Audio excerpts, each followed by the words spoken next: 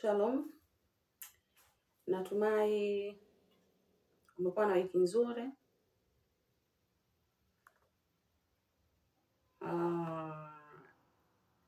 Nikombe radhi wewe ambaye wiki iliyopita, Jumatano iliyopita ulinisubiri lakini haukufanikiwa kuniona YouTube. Wiki iliyopita hatukuweza kufanya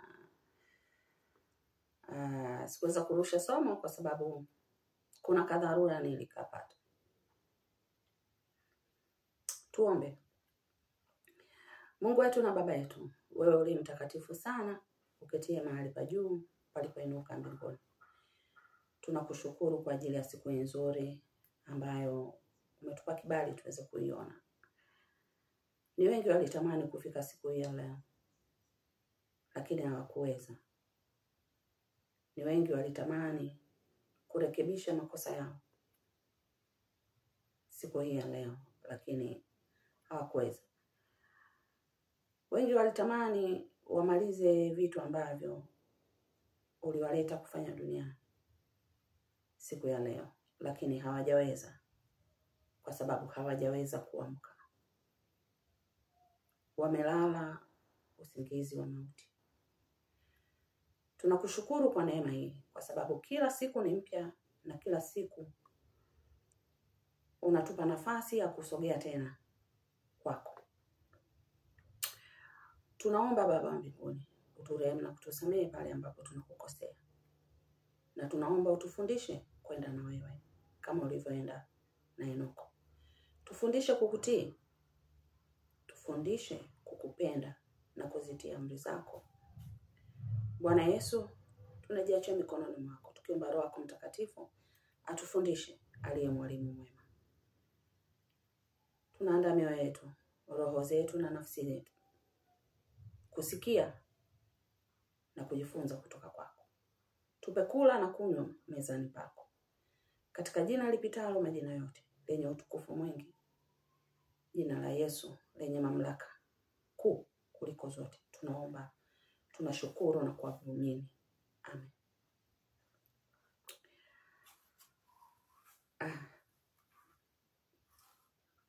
Mwanzo wa uumbaji. Leo tuko sehemu ya 7.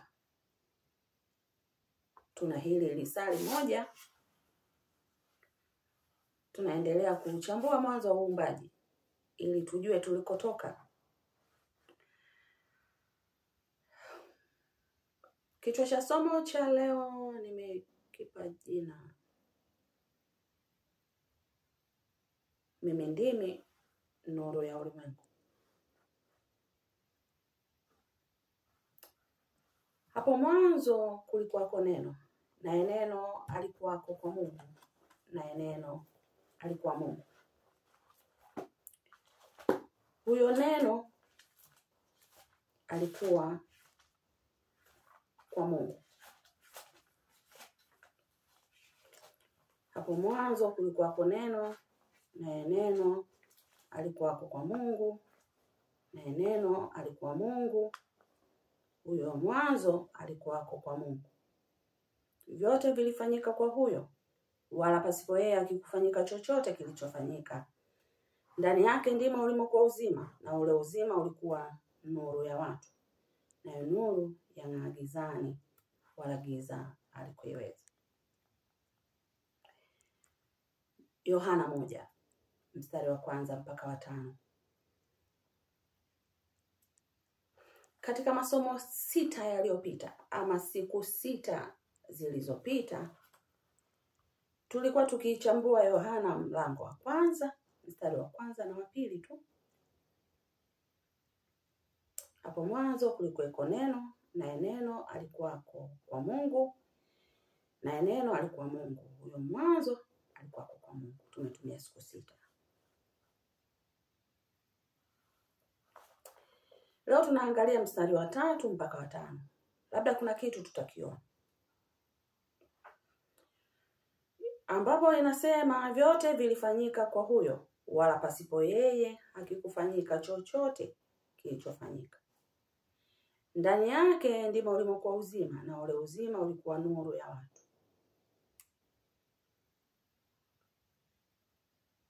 Nayo nuru yang'aa gizani, wala giza halikuiweza. Nayo nuru yang'aa gizani, nalo giza halikuiweza. Halikuiweza nini? Giza halikuiweza ile nuru. Ili uelewe kitu, msingi wa kukielewa kile kitu ni mzuri sana.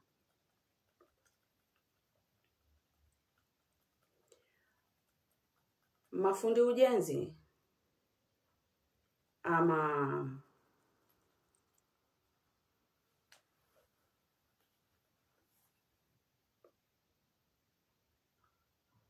niwaite mafundi ujenzi watakubaliana na mimi kwamba nyumba yoyote ile ama iwe ni nyumba ya chini ama iwe ni nyumba ya ghorofa, iwe ni nyumba ya udongo ama iwe ni nyumba ya mawe ama iwe ni nyumba ya miti ama iwe ni nyumba ya mbao ama iwe ni nyumba ya tofali za simenti, ubora wake uko kwenye msingi. Usishangae natumia muda mrefu sana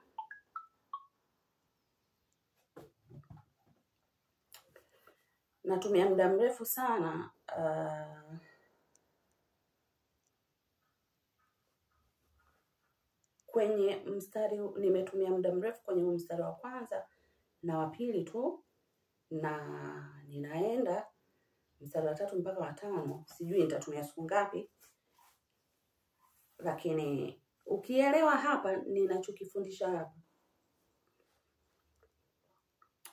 utakuwa maisha yako ya kiroho umeajengea msingi wa mwamba. Yesu alisema, alitoa mfano wa watu wawili ambao mmoja alijenga nyumba yake kwenye mwamba, na baada ya kujenga ile nyumba kwenye mwamba, ilipokuja mvua na mafuriko, nini kilitokea? Nyumba haikuanguka. Lakini yuko mwingine ambaye alijenga nyumba yake kwenye mchanga. Msingi wake ulikuwa mchanga. Ilipokuja mvua na mafuriko na gharika, kilichotokea ni kwamba ile nyumba ilianguka, ilibomoka. Kwa hiyo msingi ni mzuri sana. Msingi ni mzuri sana. Ukitoboa kujenga msingi ulio mzuri, umetoboa kujenga nyumba iliyo imara na itakayodumu kwa muda mrefu na itakayovumilia hali zote za hewa, itakayovumilia majira yote, kiangazi, masika, kipupwe, vuli. Nyumba itakayoweza kuvumilia jua na mvua.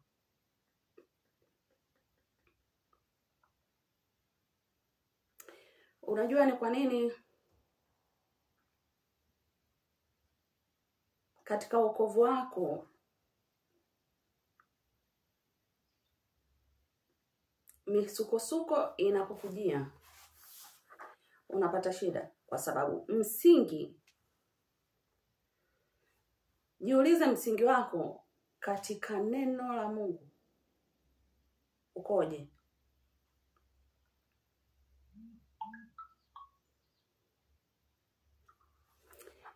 Dada mmoja nikamsikia anasema ameokoka, akasema anapata shida sana kuacha dhambi fulani fulani.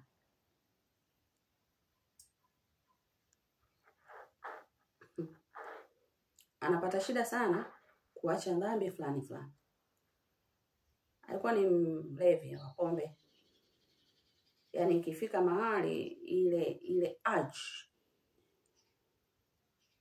shauku ya kunywa inamshinda nguvu, ni mpaka akalewe.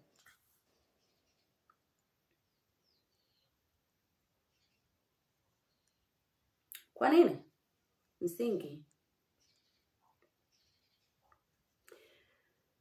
Msingi ni kumjua sana yule ambaye umeamua kumfuata na kwa kumwabudu.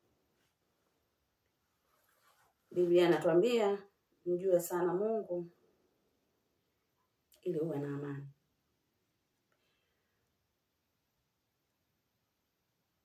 Ndipo mema atakapokujia. Huwezi kuwa na amani kwenye maisha yako kama hujamjua vizuri Mungu. Mema hayawezi kujia kama kwenye maisha yako kuna misukosuko, kama kwenye umejawa na stress, kama hauna amani. Ambapo amani hii inakuja kwa kumjua sana Mungu. Mungu yupi?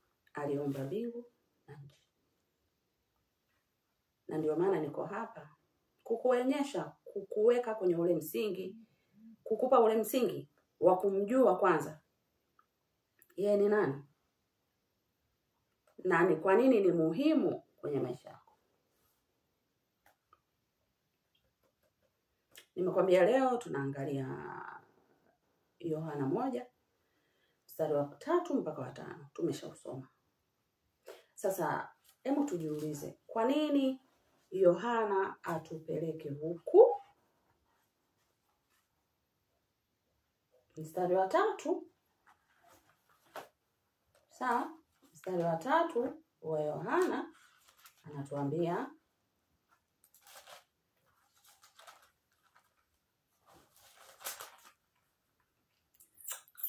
vyote vilifanyika kwa huyo, wala pasipo yeye hakikufanyika chochote kilichofanyika.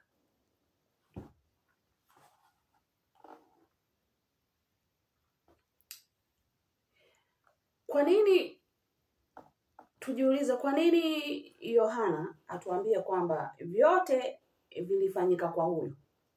Huyo nani? Huyo mwanzo. Huyo nani? Huyo neno. Huyo nani? Huyo Mungu.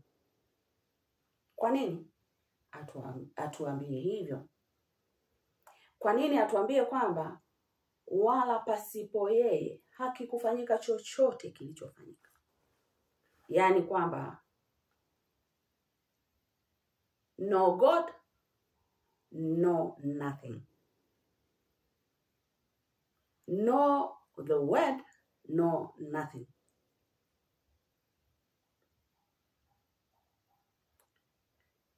No the beginning, no nothing. Hakuna Mungu, hakuna kitu. Hakuna mwanzo, hakuna kitu. Hakuna neno, hakuna kitu. Hakuna Yesu, hakuna kitu. Kwa nini Yohana atupe maneno haya? Kwa nini atuambie hivyo?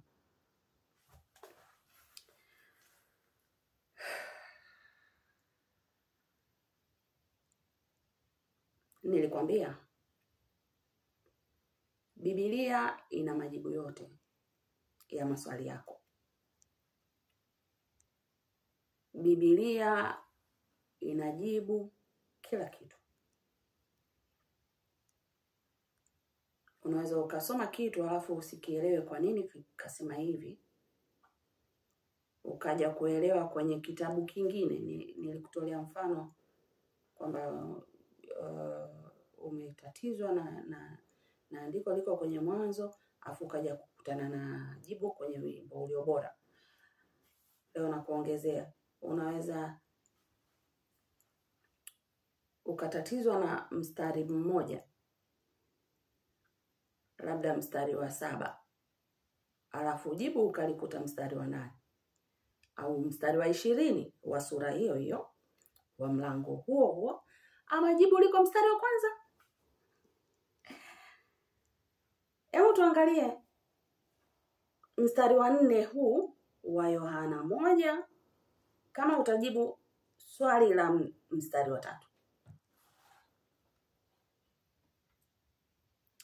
Anasema vyote vilifanyika kwa huyo, wala pasipo yeye hakikufanyika chochote kilichofanyika. Kwa nini? Kwa sababu mstari wa 4, ndani yake huyo neno, huyo Mungu, huyo Yesu, huyo mwanzo na mwisho, huyo Alfa na Omega, ndimo ulimokuwa uzima, na ule uzima ulikuwa nuru ya watu. Nayo nuru yang'aa gizani, wala giza halikuiweza.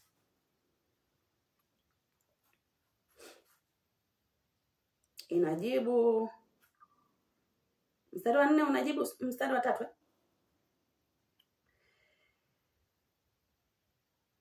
Kwamba kuumbwa kwa dunia, kuumbwa kwa kila kitu kilichopo ndani ya dunia, ndani ya nchi, kuumbwa kwa kila kiumbe kinachoenda chenye uhai, ni kwa sababu Mungu uzima uko ndani yake, uhai uko ndani yake. Ni kwa sababu kama isingekuwa Mungu, hamna kitu ambacho kingefanyika.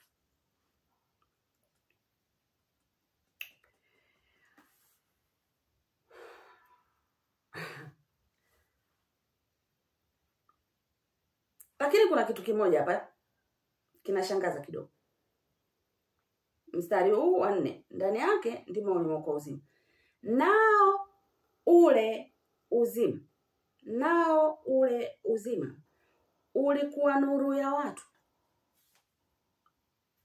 Ulikuwa nuru ya watu.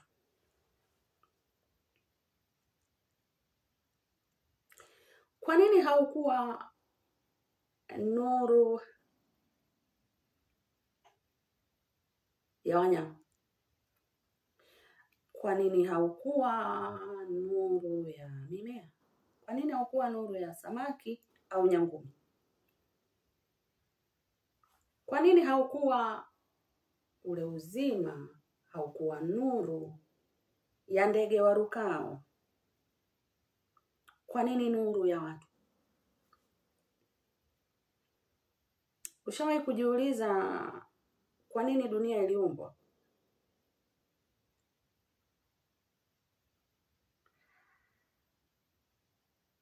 Kwa nini Mungu aliumba dunia? Kwa nini Mungu aliumba mbingu na nchi? Kwa nini? Ushawahi kujiuliza kwa nini mwanadamu alikuwa kiumbe wa mwisho kuumbwa na Mungu?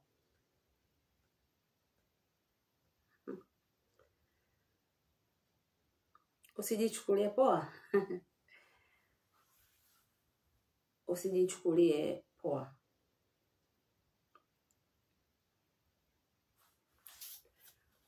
Siku utakayo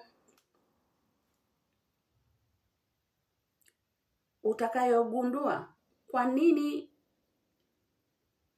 wewe ulikuwa mtu wa mwisho, ama ulikuwa kiumbe wa mwisho kuumbwa.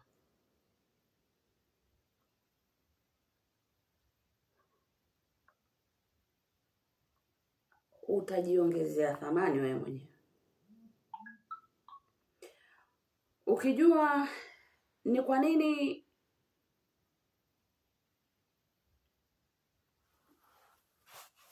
jua, mwezi, nyota, mimea, nyangumi, samaki, maji, sijui nini, vyote viumbwe kabla yako, utabadilisha ufahamu wako, mtazamo wako. You will change your thinking capacity.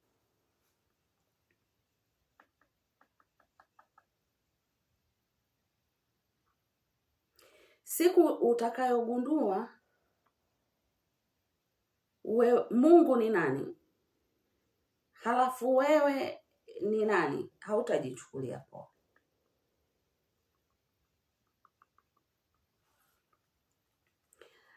Kwa nini mwanadamu alikuwa kiumbe wa mwisho?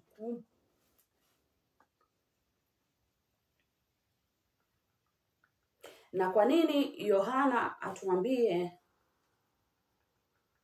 kwamba na ule uzima ulikuwa nuru ya watu? Kwa nini asituambie ule uzima ulikuwa nuru ya mche, mimea, samaki au nyangumi? Kwa nini sio wanyama au wadudu? Kwa nini nuru ya watu?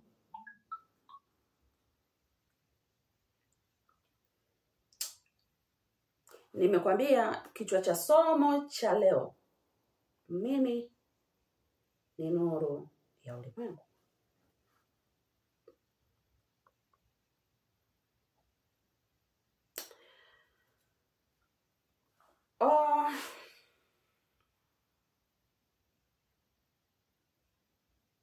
Hebu tusome Yohana 8 mstari wa 12.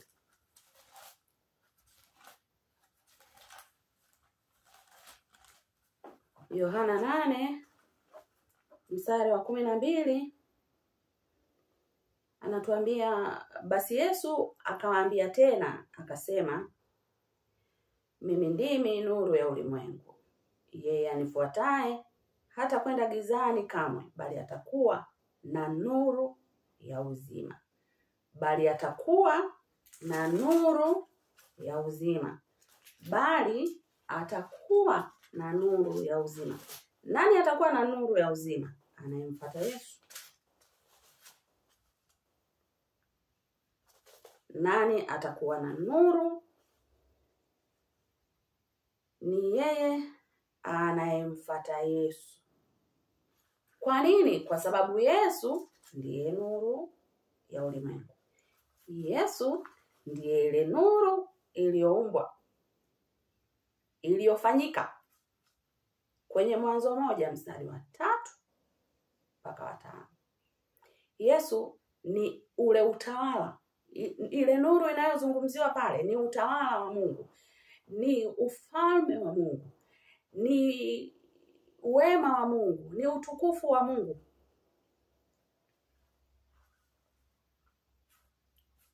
Ni kwa kumfuata Yesu tu ndio unaipata ile nuru. Nuru ya uzima. Ndani yake ndimo ulimokuwa uzima, mstari wa 4. Na ule uzima ulikuwa nuru ya watu. Nuru ya uzima.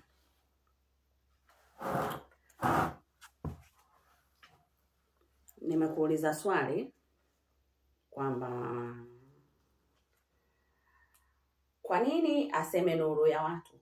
Kwa nini asiseme nuru ya wanyama, ya samaki, ya nyangumi? Nikuulize tena swali ambalo ndilo linatoa jibu. Hivi wanyama wanaweza kusoma? Ndege, samaki, mimea wanaweza kusoma chochote. Achana na kusoma Biblia, achana na kusoma neno la Mungu. Wanaweza kusoma? Jibu ni hapana. Sasa kama jibu ni hapana, ina maana hata neno la Mungu hawawezi kulisoma. Ndio maana Yesu akasema, mimi ni nuru ya ulimwengu. Na ule uzima ulikuwa nuru, nayo nuru ya watu.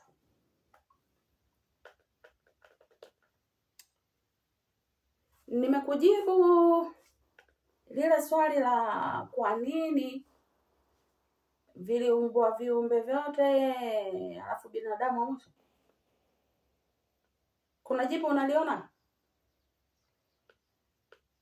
Of course jibu lipo hapo, lakini ni nusu ya jibu. Jibu kamili sikupi sasa hivi, lakini ninakupa, nitalitoa lini? Siku nitakayoongelea kuhusu Mwanzo 1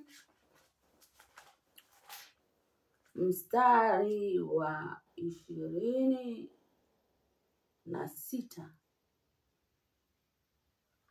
mpaka wa 31. Kwa sababu jibu ndio liko hapo.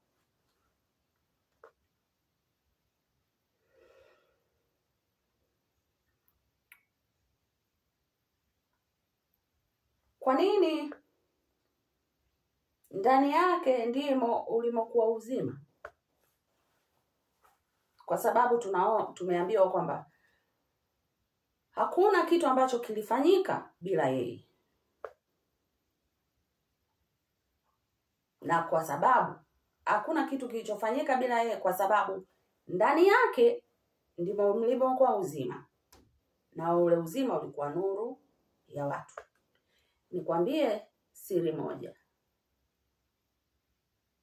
Bila Yesu, bila lile neno, bila Mungu, bila yule mwanzo, yule Alfa na Omega, wewe ni mfu. Ni mfu unayetembea. Utake, usitake. Wewe ni mfu unayetembea. Unaweza ukafanikiwa vya mwilini, ila usipofanikiwa vya rohoni ni pakanga. Unajua pakanga? Unajua maana ya pakanga?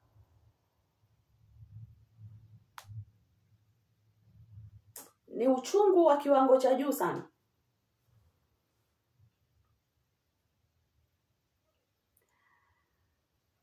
Yaani ndio tunarudi kwenye Mwanzo 1 ile mstari wa 2 pale. Anasema nayo nchi ilikuwa ukiwa tena utupu. Bila Yesu maisha yako yatakuwa ukiwa tena utupu.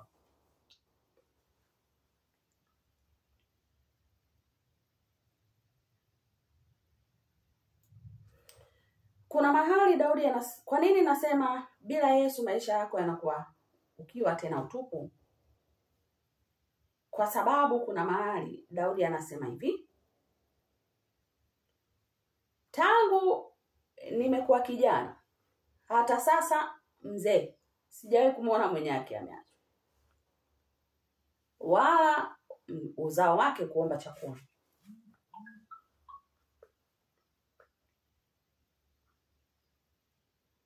Halafu kuna mahali tena akasema, ule mstari ambao kila Mkristo anaujua ule. Zaburi 23 mstari wa 1. Bwana ndiye mchungaji wangu, sitapungukiwa na kitu. Kwenye kupungukiwa ndio kuna ukiwa, kuna huzuni, kuna utupu, kuna pakanga, kuna kila kitu. Lakini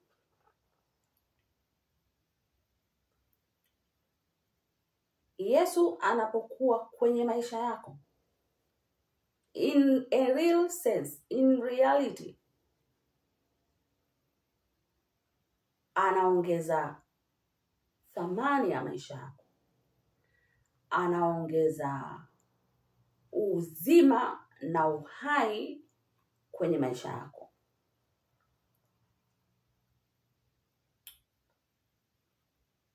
Nimekwambia unaweza ukafanikiwa vya mwilini ila usifanikiwe vya roho. Lakini ukiwa na Yesu, kwa sababu yeye ndiye huo uzima na hiyo nuru ya watu, atakukamilishia vya mwilini na vya rohoni. Yaani mafanikio yatakuwa kote kote. Kuna mahali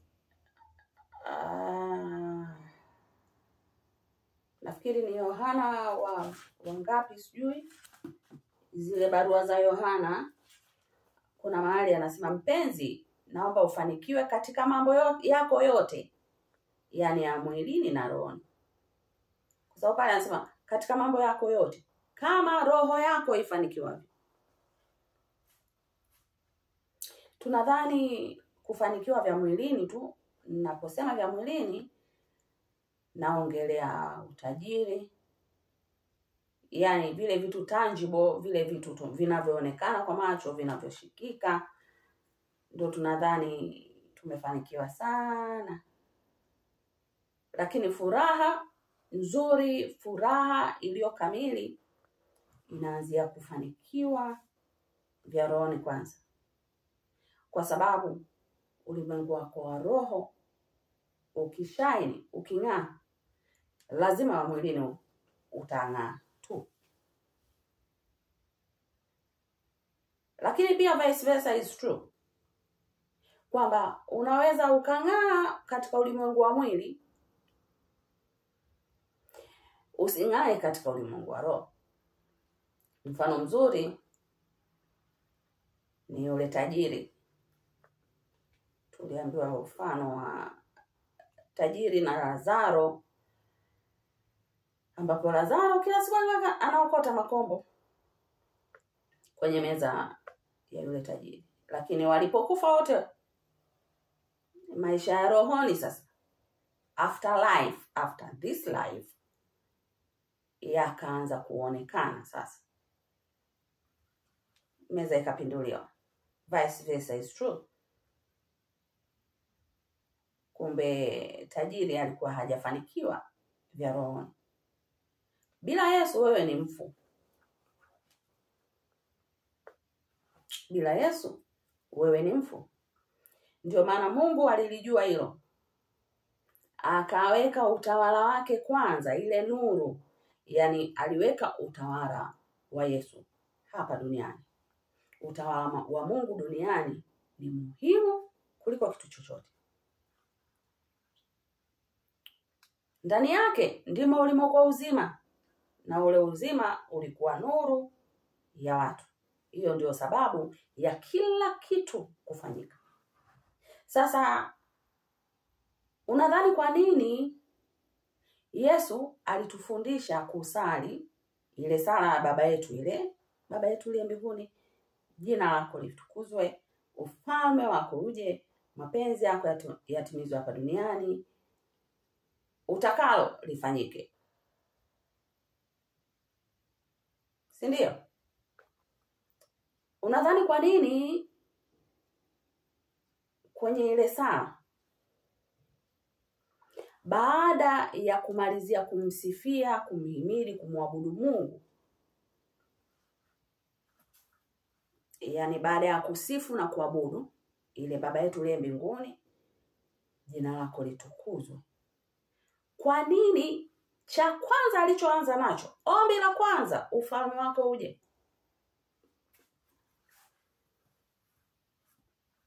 Kwa nini?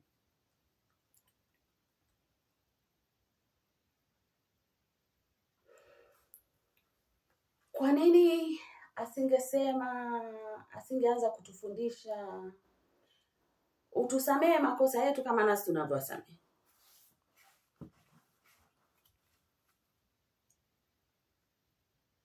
Kwa nini alianza na ufalme wako uje baada ya kumalizia kumsifia Mungu na kumwabudu na kumuhimidi na kumsujudu? Kwa nini?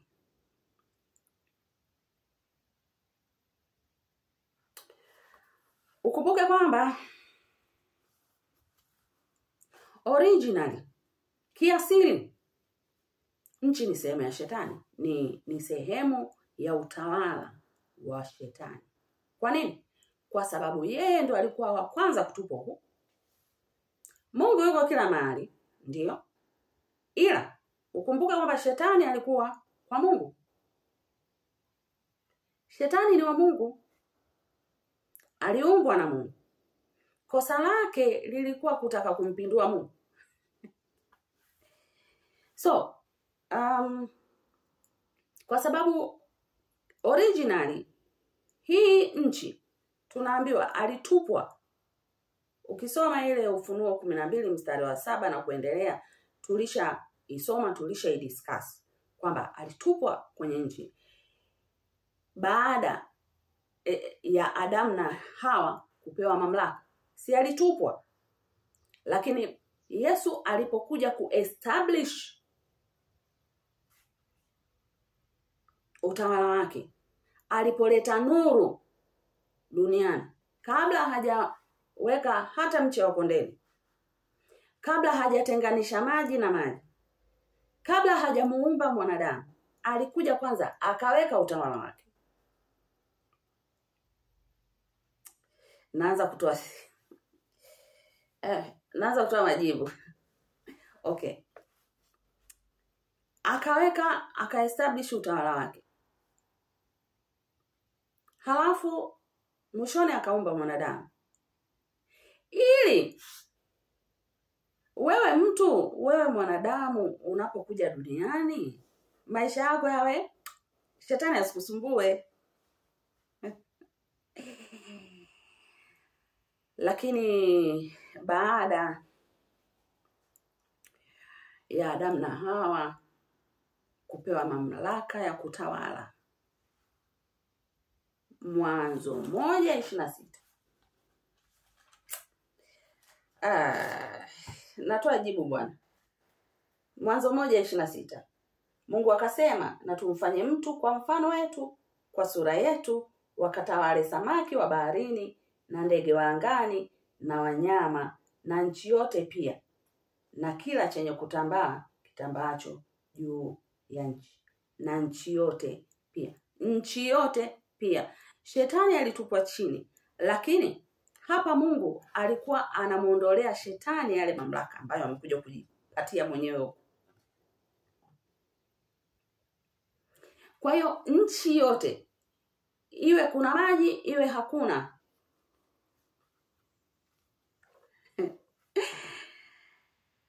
Mungu alidesign, alitengeneza, aliumba ili mwanadamu, mimi na wewe, tuje kuifurahia, tuje kuitawala. Wanasema tuje kula bata, tujiachie huku duniani.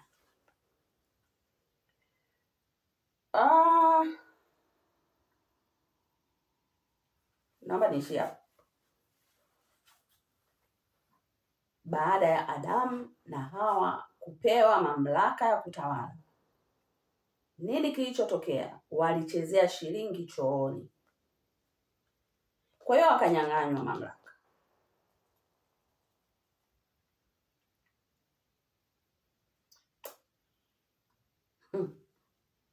Ndani yake ndimo ulimokuwa ule uzima, na uzima ulikuwa nuru ya watu.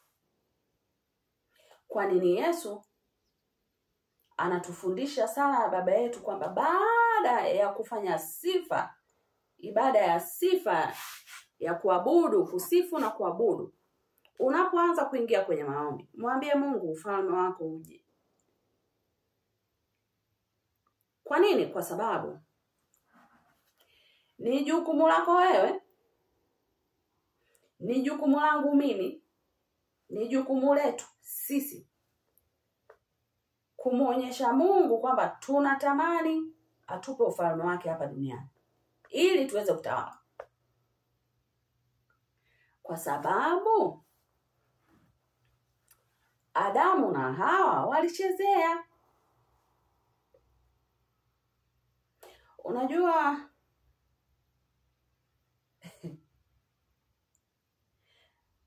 wanasema vitu vya kupewa ambavyo hujavisotea huwa hatuvijui thamani yake. Hatuvijui thamani yake. Ndio kitu ambacho Adamu na Hawa wanatudhihirishia kwamba ukipewa tu bure, hujakitolea jasho, hujajua kinatoka wapi, kinaenda wapi, hujajua kinapatikanaje, rahisi sana kuvichezea. Chukulia tu mfano ambao wazazi wana mali nyingi, alafu wakifa watoto wakishavirithe vile vitu. Asilimia nyingi sana ya watoto kama hawajapewa msingi wa kuvitunza vile vitu, kwa sababu hawajui vilipatikanaje, vinapotea. Watauza cha kwanza, cha pili, cha 10, cha 50, cha 70, cha 2000. Lakini ni nini? Ndio tabia tulizorithi kutoka kwa baba yetu na mama yetu Adamu na Hawa. Ingawa tunaweza tukatengeneza. Ni jukumu lako wewe, ni jukumu langu mimi, ni jukumu letu kumuonyesha Mungu kwamba tunatamani atupe ufalme wake hapa duniani ili tuweze kutawala.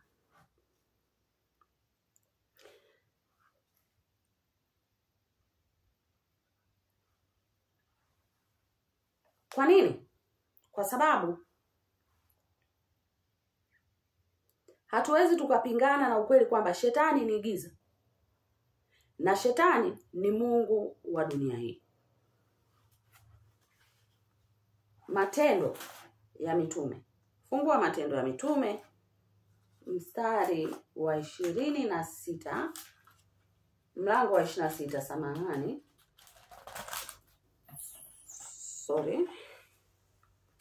Matendo ya Mitume mlango wa 26 mstari wa 18. Anasema uwafumbue macho yao na kuwageuza, waiache giza na kuielekea nuru. Waziache na nguvu za shetani na kumuelekea Mungu. Waache giza, waache shetani. Waelekee nuru, waelekee Mungu. Kisha wapate msamaha wa dhambi zao na urithi miongoni mwao waliotakaswa kwa imani iliyo kwangu mimi.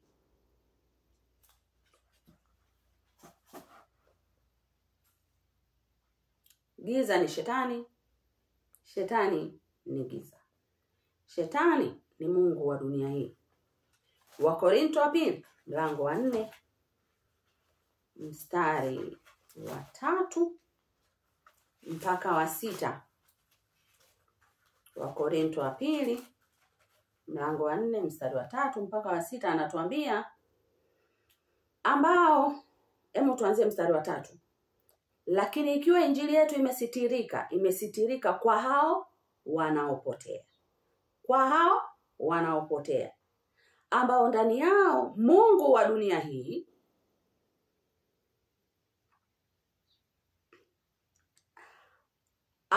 amepofusha fikira zao wasioamini, isiwazukie nuru ya injili ya utukufu wake Kristo aliye sura yake Mungu. Kwa maana hatujihubiri wenyewe, bali Kristo Yesu ya kuwa ni Bwana, na sisi wenyewe kuwa tu watumishi wenu kwa ajili ya Yesu. Kwa kuwa Mungu aliyesema nuru itang'aa toka gizani, ndiye aliyeng'aa mioyoni mwetu, atumpe nuru ya elimu ya utukufu wa Mungu katika uso wa Yesu Kristo. Shetani ni giza. Shetani ni mungu wa dunia hii. Tulimpa wenyewe mamlaka. Kwa hiyo ni lazima tumuonyeshe Mungu kwamba tunahitaji ufalme wake ambao ndio mamlaka yake yaje duniani kwa ajili yangu, kwa ajili yako, kwa ajili yetu, ili tuweze kumshinda shetani.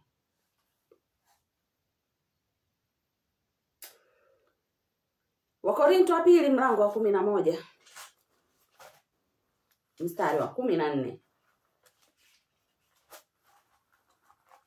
Mlango wa 11 mstari wa 14 anatuambia, wala si ajabu, maana shetani mwenyewe hujigeuza awe mfano wa malaika wa nuru. Nuru inaweza kujigeuza kuwa nuru? Hapana. Kujigeuza ni kuenda kinyume na ilivyo. Kwa hiyo kama shetani ni giza, kama kinyume cha nuru ni giza, basi shetani ni giza, ni malaika wa giza ambaye huwa anajigeuza kuwa kama malaika wa nuru. Angalia mstari wa 15, basi si neno kubwa watumishi wake nao wakijigeuza wawe mfano wa watumishi wa haki, ambao mwisho wao utakuwa sawa sawa na kazi yao. Utawatambua kwa matunda yao. Awe ni mtumishi wa nuru, mtumishi wa Yesu, ama ni mtumishi wa shetani, mtumishi wa giza, utamtambua kwa matunda yake. Kwa sababu anayeenda nuruni hayatendi yaliyo ya giza. Anayeenda gizani hayatendi yaliyo ya nuruni. Kuna mahali Yesu akasema, sio wote waniitao Bwana, Bwana watakaoingia mbinguni.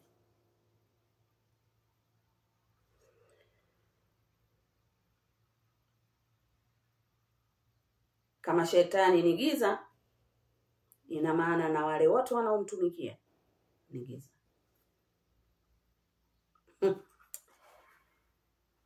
Nimekumbuka kisa kimoja. Kuna siku nilijikuta tu namuuliza shetani, hivi uliwaza nini?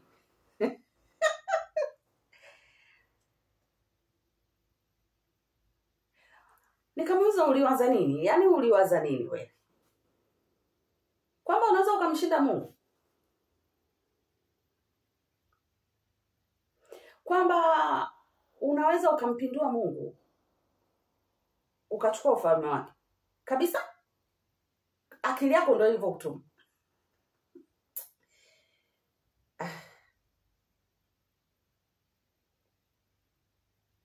Lakini ona, sasa hivi uko wapi? Umetupwa hata nje.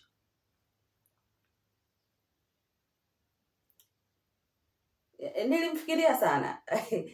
Nikajikuta nafikiria, hivi wanadamu tunapoamua kwamba namuasi Mungu, namtenda Mungu dhambi, huwa tunafikiria nini? Tunafikiria nini?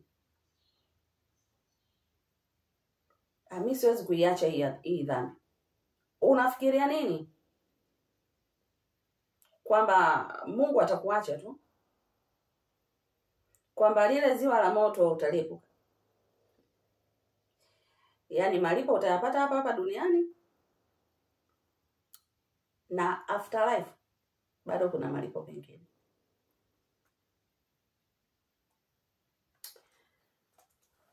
Petro wa pili mlango wa 2 mstari wa 4. Petro wa pili mlango wa 2 mstari wa 4. Petro anatuambia, kwa maana ikiwa Mungu hakuwaachilia malaika waliokosa, bali aliwatupa shimoni, akawatia katika vifungo vya giza, walindwe hata ije hukumu. Wala hakuuachilia ulimwengu wa kale, bali alimhifadhi Nuhu mjumbe wa haki na watu wengine 7, hapo alipoleta gharika juu ya ulimwengu na wasiomcha Mungu. Tena akaihukumu miji ya Sodoma na Gomora, akiipindua na kuifanya majivu, akaifanya iwe ishara kwa watu watakaokuwa hawamchi Mungu baada ya haya. Akamwokoa Lutu yule mwenye haki, aliyehuzunishwa sana na mwenendo wa ufisadi wa hao wahalifu.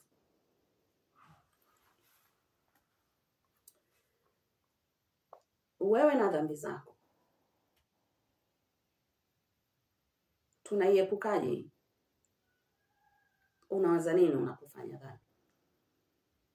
Unawaza nini unapomkosea Mungu? Unawaza nini unapoendelea kujipa moyo kwamba tunaokolewa kwa neema? Je, Mungu anataka ubaki kwenye maisha yako hayo? Kwa nini unamhuzunisha Mungu? Unasubiri mpaka aje akwambie mimi ni Yesu unayeniudhi? Unadhani ile nafasi aliyoipata Paulo wewe utaipata?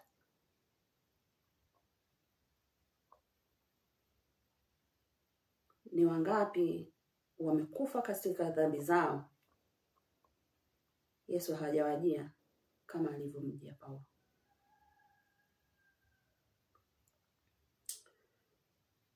Wakolosai 1 mstari wa 13. Wakolosai 1 mstari wa 13.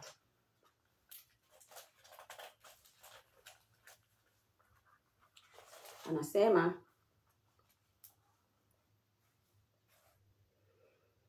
naye alituokoa katika nguvu za giza, akatuhamisha na kutuingiza katika ufalme wa mwana wa pendo lake.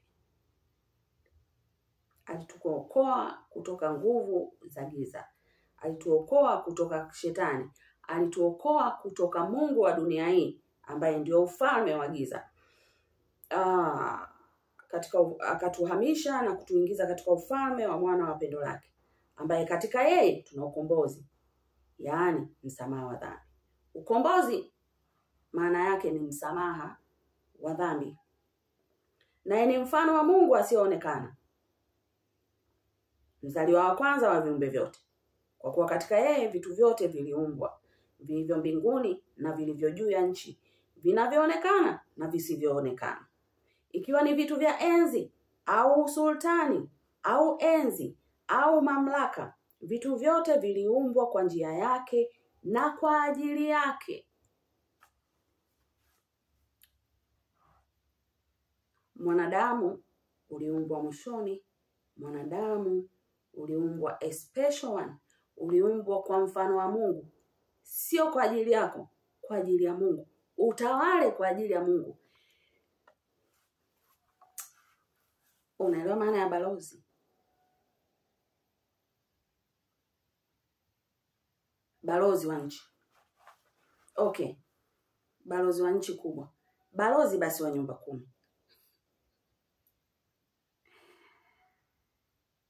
Anasaidia utawala wa juu kutimiza majukumu katika lile eneo lake alipo. Majukumu ya utawala wa juu. Baba yetu uliye mbinguni, jina lako litukuzwe. Ufalme wako uje. Sasa kama wewe hutaki kuwa balozi wa mbinguni, unaitawa nini ule ufalme uje? Kama hutaki kurepresent.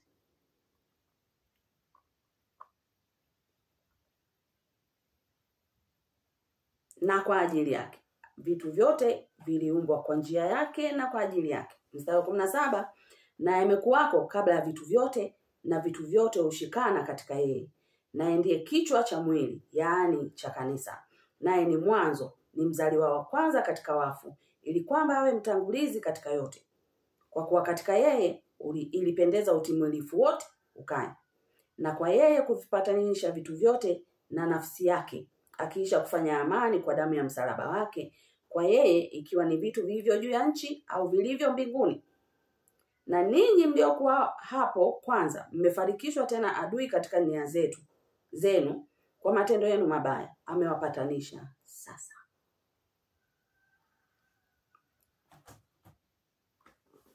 No more comment. Mimi ni nuru ya ulimwengu.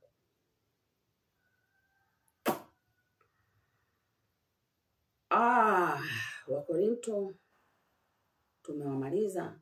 Tuende Mathayo 4:16. Mathayo 4:16 anatuambia,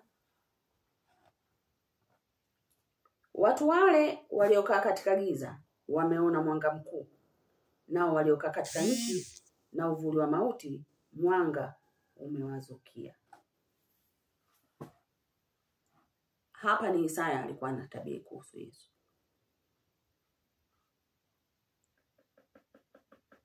Na shetani, kwamba wale waliokuwa katika utawala wa giza, utawala wa shetani, Yesu anapokuja anawatoa na kuwaleta nuruni. Twende tuangalie Isaya 14. Isaya 14 mstari wa 12 mpaka wa 15. Isaya 14 mstari wa 12 mpaka wa 15. Nataka kuna kitu hapa ukione. Anasema, hebu tuanzie 13. Hapana, 12. Ngoja kwanza. 14. Nitapaa kupita vimo vya mawingu, nitafanana na aliye juu. Mstari wa 14 huo. Nitapaa kupita vimo vya mawingu, nitafanana na aliye juu. Isaya 14 mstari wa 14. Nitapaa kupita vimo vya mawingu, nitafanana na aliye juu. Sasa turudi mstari tuanze wa 12. Jinsi ulivyoanguka kutoka mbinguni, ewe nyota ya alfajiri, mwana wa asubuhi. Jinsi ulivyokatwa kabisa, ewe uliyewaangusha mataifa. Nawe ulisema moyoni mwako, nitapanda mpaka mbinguni, nitakiinua kiti changu juu kuliko nyota za Mungu, nami nitaketi juu ya mlima wa mkutano katika pande za mwisho za kaskazini. Nitapaa kupita vimo vya mawingu, nitafanana na yeye aliye juu. 15. Lakini utashushwa mpaka kuzimu, mpaka pande za mwisho za shimo.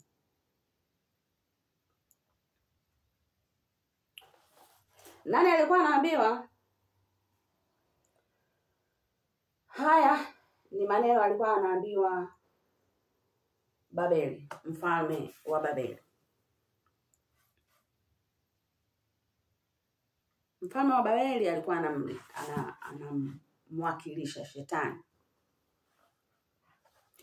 kwa sababu alijawa na kiburi. Sasa kuna kitu hapa nitaka ukione. Nikwambia shetani ni giza, Yesu ni nuru. Jinsi ulivyoanguka kutoka mbinguni, ewe nyota ya alfajiri, mwana wa asubuhi.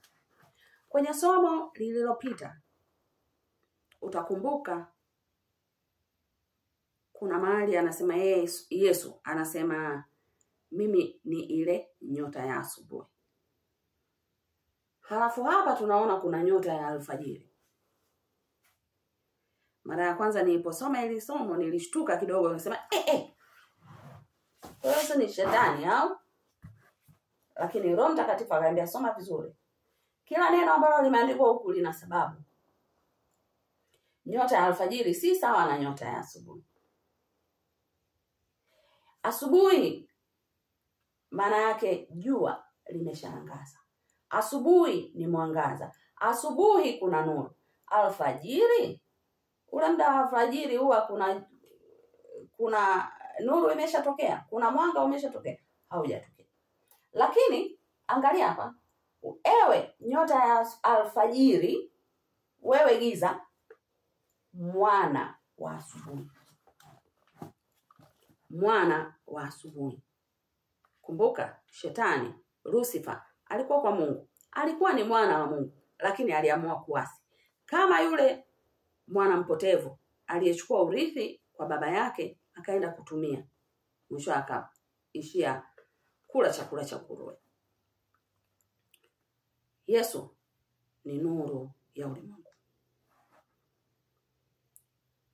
Tulishasoma Ufunuo wa Yohana ambao Yesu ni ile nuru ya mwanzo.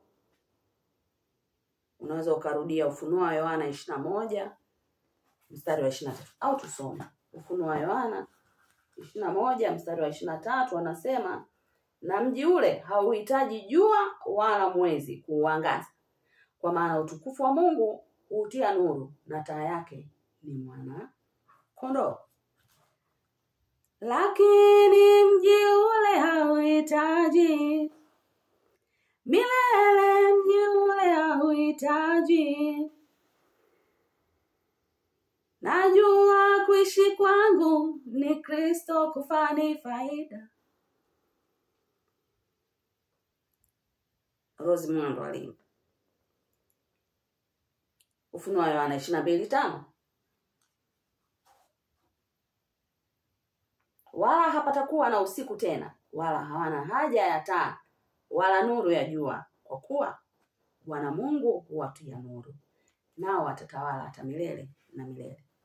Nadhani nikija kufundisha Mwanzo 1 mstari wa 3 mpaka wa 5, nitafundisha kwa urahisi sana, kwa wepesi sana, kwa sababu ni kama nimesha ifundisha. Yesu ni ile nuru ya Mwanzo 1 mstari wa 3 mpaka wa 5. Mungu alikuwa anaweka utawala wake juu ya nchi. Ndio maana alipomuumba mwanadamu akampa uchaguzi. Katikati ya bustani ya Edeni, mwanangu Adamu, katikati pale kuna miti miwili. Mti wa ujuzi wa mema na mabaya ambao unamwakilisha Shetani. Halafu kuna mti wenye uzima, mti wa uzima ambao unamwakilisha Mungu. Chagua, unataka kutawaliwa na nani?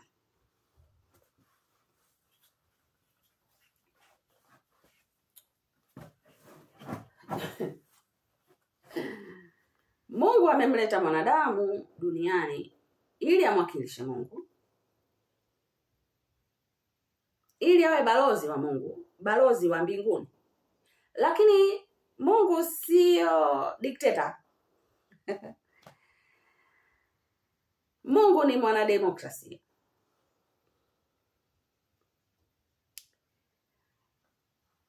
Kuna hiki hapa, ukila mti wa ujuzi wa mema na mabaya, umeenda gizani, unakufa. Ukiwa pakanga, utupu, giza, vitakuwa vyako. Huu mti wa uzima hakukatazwa kula. You can eat. Yani ambacho huwezi kula, mti wa ujuzi wa mema na mabaya. Ina maana ukila umechagua mema na mabaya, umeacha uzima. Lakini huu mti wa uzima hakumwambia kazi ya mti wa uzima.